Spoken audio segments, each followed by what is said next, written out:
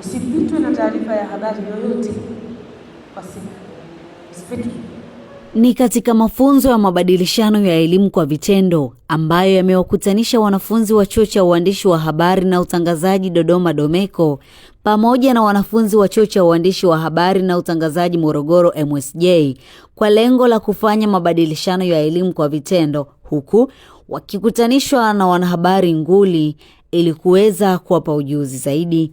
Ivona Kamuntu, mwanahabari nguli kutoka Azam Media, amepata wasaa wa kuzungumza na wanafunzi hao, akiwasihi kufuatilia taarifa kwa kina, pia kuwa wabunifu.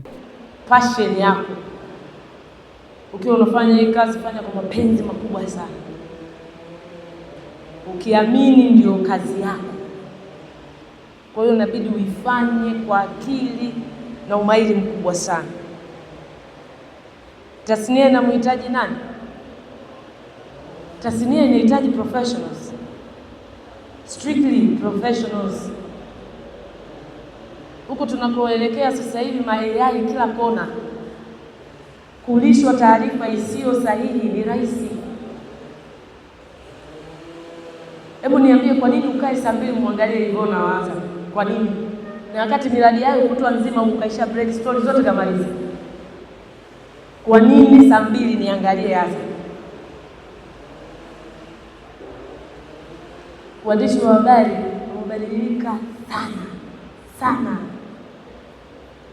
Creativity ndio inaongoza tasnia sasa hivi. Kwa hiyo tukikaa pale huwa tunapasua vichwa kweli kweli. How to treat story. Ionekane hii ni story ya Azam yenye viwango hivi. Lakini ukienda hivi business as usual, autoboi. Hata hivyo alipata nafasi ya kuona vipaji mbalimbali kwa wanafunzi hao. Tuanze na vidokezo vya habari.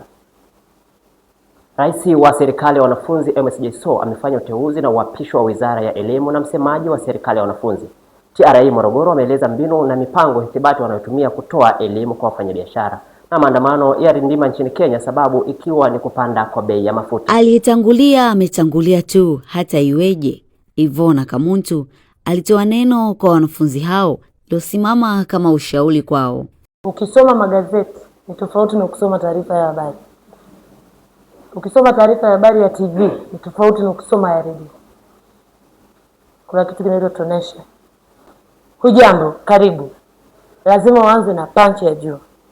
Alafu ukifika kwenye vidokezo, rais lazima ipande. Rais wa serikali ya wanafunzi amefanya uteuzi na uapisho wa Wizara ya Elimu na msemaji serikali ya wanafunzi. Hiyo tonesha. Hivyo nilivyo flow. Hiyo tonesha.